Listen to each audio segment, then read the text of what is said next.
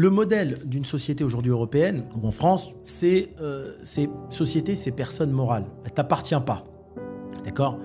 Je veux dire, les frais de déplacement, si on parle de ça, si tu prends l'avion en business pour aller quelque part, ou que tu manges dans un restaurant, il faut que tu le justifies. C'est-à-dire, dans ta note de restaurant, que ça soit 10 € ou 500 €, il faut que tu notes dessus avec qui tu étais, avec quel client tu étais. Si tu as pris l'avion, il faut que tu expliques dans quel pays tu as été, pourquoi. Il faut que ça soit un rendez-vous d'affaires. Sinon, c'est un abus de bien social. Et tu peux pas, si tu as une petite entreprise, en fait, tout est...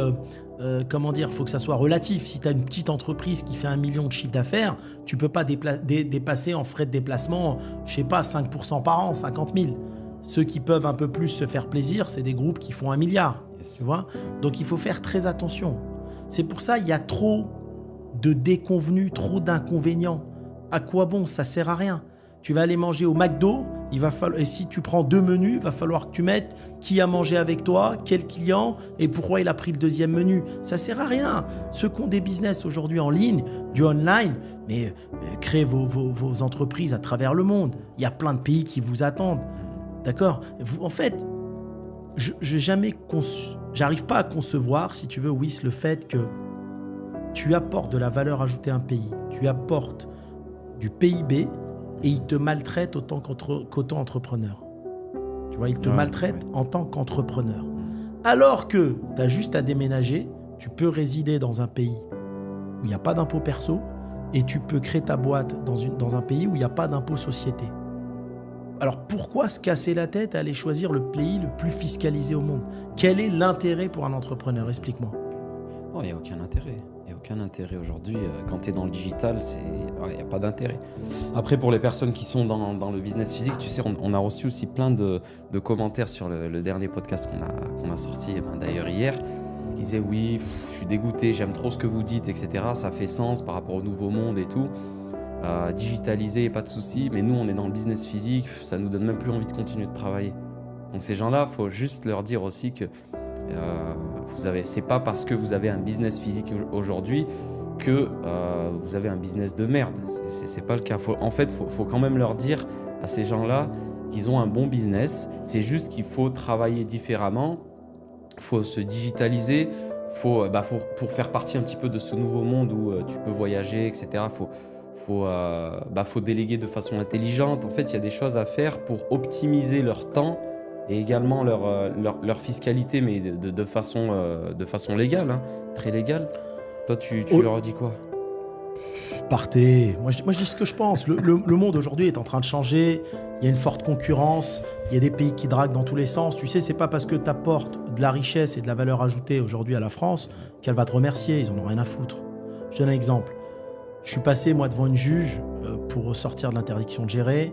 J'explique, je monte sur les papiers, je dis écoutez, regardez, il fallait que je paye 60 000 et j'en serais pas là. On me dit mon contrefiche, monsieur Benotman. Pour moi, vous êtes un voyou. Elle me l'a fait comprendre, tu comprends ? Ouais. Quand une dame te dit ça et que tu as créé dans un pays 3000 emplois, ce que tu as fait pour le pays, ils en ont rien à foutre. Maintenant, je suis passé au tribunal au Luxembourg. Tu sais ce qu'il m'a dit le juge ? On vous remercie grandement, monsieur, d'être venu créer de la richesse dans le pays.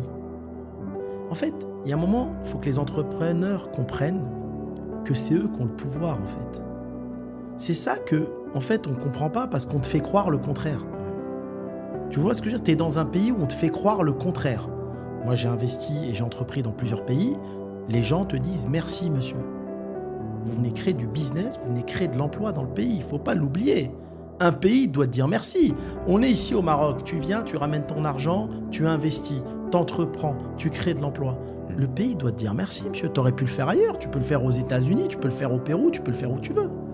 Donc, en fait, compte, j'ai envie de dire, il faut aller investir votre argent et votre temps et vos connaissances dans un pays qui sait vous dire merci. Pas dans un pays où ils vont vous punir en permanence. Tu prends le cas, on en parlait la fois dernière, de l'ASFAM, Sadrif et Gaillet. Oui. On parle de quelqu'un qui a créé, je sais pas, 2-3 000 emplois. Et d'un seul coup, ils mettent en mode voyou, allez, prison, allez, on ferme toute la boîte. C'est scandaleux. Donc, avant même de créer votre business ou d'investir, choisissez un endroit où on va prendre soin de vous. C'est tout ce que je veux dire. Yes. Tu sais, le système aujourd'hui français, c'est comme si une femme se faisait battre par son mari, mais elle revenait toujours le voir. Aujourd'hui, c'est ça. Moi, j'ai plein de gens autour de moi, des entrepreneurs. Ils ont entrepris, ils se sont tapés des redressements fiscaux, ils ont tout perdu. Ils ont recréé une boîte dans le même pays, ils sont revenus, ils les ont allumés, ils ont tout perdu. Allô Hakim, putain, j'en ai marre. T'as vu, ils se plaignent tous. Ouais, c'est clair. J'en ai marre, je suis en contrôle fiscal, j'ai tout perdu, on est en train de me voler ce pays, nanani. Ils refont encore une troisième boîte. Ils ont l'impression en fait que ça va changer, mais ça changera pas. C'est la même façon de faire en France depuis des décennies. Il y a un moment, tu as envie de dire, mais frangin, c'est la troisième fois qu'on vient tout te prendre. Mais à un moment, prends ta valise et pars. Le monde, il est grand. Ouais. Non, c'est clair. Ouais, une petite note d'espoir quand même à toutes les personnes qui ont des business physiques aujourd'hui en France, qui marchent très bien et qui veulent rester en France. T'en as plein, ils veulent rester, leur famille, etc.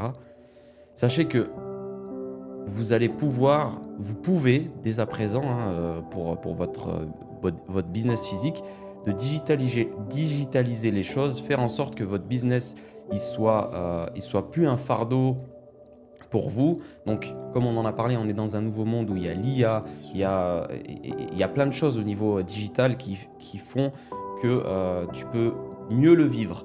On va pas dire tu vas te faire casser à chaque fois, mais en tout cas, tu peux le vivre de manière beaucoup plus, on va dire, relaxante qu'avant. Avant, c'était dans le dur, tu te fais tacler par tout le monde. Mais là, aujourd'hui, il y a quand même des manières de faire pour digitaliser ton business, pour automatiser certains process, faire en sorte aussi que toi, ta vie, elle soit beaucoup plus facile quand tu sais manager. En fait, il faut se former dans des bonnes choses pour pouvoir avoir un business physique qui est pénible et le rendre le moins pénible possible.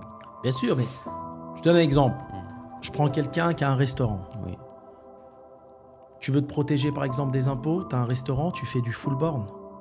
Tu dis, moi dans le resto, il n'y a pas de caissière, on ne prend pas d'espèces. Okay. Donc déjà, tu as un contrôle fiscal grâce au digital, qui sont les bornes. Bah déjà, le contrôleur, il ne peut pas te dire tu fais du black. Ah non, parce que je ne prends pas d'espèces, je prends que de la carte bleue à la borne. Yes. Déjà, tu as un souci en moins. Après, il faut que la compta soit aussi clean, mais tu as déjà un souci en moins. Yes.